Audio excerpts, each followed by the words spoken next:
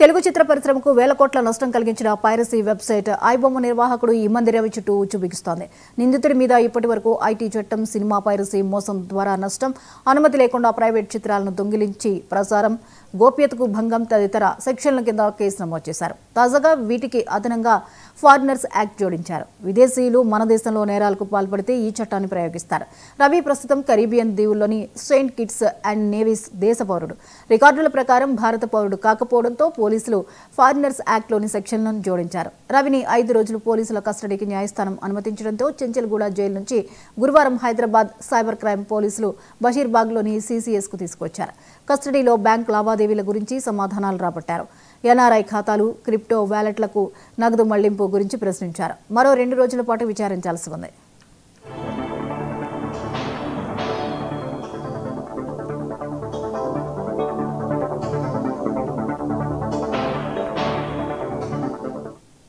ఈ అంశంపై మరిన్ని అప్డేట్స్ ని స్పెషల్ కరెస్పాండెంట్ తేజ అందిస్తారు. తేజ, ఇమ్మంది రవిని మరో 2 రోజుల పాటు పోలీసులు విచారించినట్లుగా తెలుస్తోంది. వివరాలేంటి? జ్యోతి, మొత్తంగా మనం అంటే సంచలనంగా తెలంగాణ రాష్ట్ర వ్యాప్తంగా సంచలనంగా మారి ఇటు సినిమా ఇండస్ట్రీకి సంబంధించినటువంటి వారికి అటు నిర్మాతలకు కావచ్చు, లేదంటే ఇటు సినీ హీరోలకు కావచ్చు, లేదా చిత్ర పరిశ్రమలో పనిచేస్తున్నటువంటి వారికి కావచ్చు, కంటి మీద కునుకు లేకుండా చేసినటువంటి ఆ పైరసీ, అంటే నూతన సినిమాలన్నీ కూడా వాటన్నింటినీ కేవలం 12 గంటల వ్యవధిలోనే వాటన్నిటిని కూడా చిత్రీకరించడం, దానిని పైరసీ చేయటం, పైరసీ చేసి వాటన్నిటిని కూడా ఆన్లైన్ లో ఐబొమ్మ అనేటువంటి దాంట్లో పెట్టడంతో చాలా తీవ్రంగానే పరిగణించినటువంటి ఈ సినిమా ఇండస్ట్రీ అయితే మాత్రం పోలీసులను ఆశ్రయించిన నేపథ్యంలో మొత్తంగా దీనిపైన పూర్తి నిఘా పెట్టడంతో ఇమ్మడి రవి, ఐబొమ్మ నిర్వాహకుడు ఇమ్మడి రవి అయితే మాత్రం ఇప్పటికే పోలీసుల అదుపులో ఉన్నట్లుగానే మనం చెప్పాలి. ఎందుకంటే ఆయన్ని చాకచక్యంగా పోలీసులు పట్టుకోవటం, అనంతరం కోర్టుకు హాజరుపరచడం, కోర్టు రిమాండ్ విధించిన నేపథ్యంలో 5 రోజుల కస్టడీకి అయితే ఇచ్చింది. అయితే 2 రోజుల నుంచి ఈ కస్టడీ అయితే కొనసాగుతుంది. ఈ రోజు 3వ రోజు సిసిఎస్ పోలీసులు విచారించబోతున్నారు ఇమ్మడి రవిని అన్నట్లుగానే చెప్పాలి. ప్రధానంగా బ్యాంకు లావాదేవీలకు సంబంధించి, అదేవిధంగా బ్యాంకు లావాదేవీలతో పాటు వీణ వెనుక ఉన్నటువంటి ఎవరున్నారు, పెద్ద హస్తాలు ఎవరున్నారు, అసలు ఎవరు ఈ విధంగా చేశారు, కరేబియన్ దీవుల నుంచి సెయింట్ కిట్స్ నుంచి కూడా చేస్తున్నటువంటి నేపథ్యంలో అసలు ఎవరున్నారు అనేటువంటి దాంతో పాటు ఏ విధంగా చేయగలిగారు, ఎలాంటి సాఫ్ట్వేర్ ను వాడారు, ఆ సాఫ్ట్వేర్ వాడటంతో పాటు ఇంకా ఎందుకంటే క్లౌడ్ ఫేర్ ద్వారానే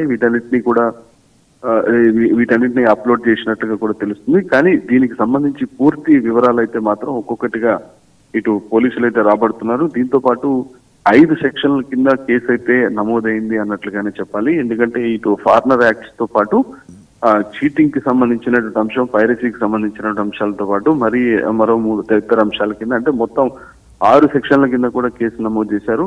ఇంకా మరిన్ని సెక్షన్ల కింద కూడా ఇమ్మడి రవి పైన కేసులు నమోదయ్యేటువంటి అవకాశం అయితే కనిపిస్తుంది. మొత్తంగా ఈ రోజు 3వ రోజు సిసిఎస్ పోలీసులు అయితే మాత్రం ఇమ్మడి రవిని విచారించబోతున్నారు. మరికొన్ని కీలకమైన విషయాలు రాబట్టబోతున్నారు. అంటే మూలాలన్నీ కూడా తెలుసుకునే ప్రయత్నం చేస్తున్నారు అన్నట్లుగానే చెప్పాలి. Right, thank you Teja.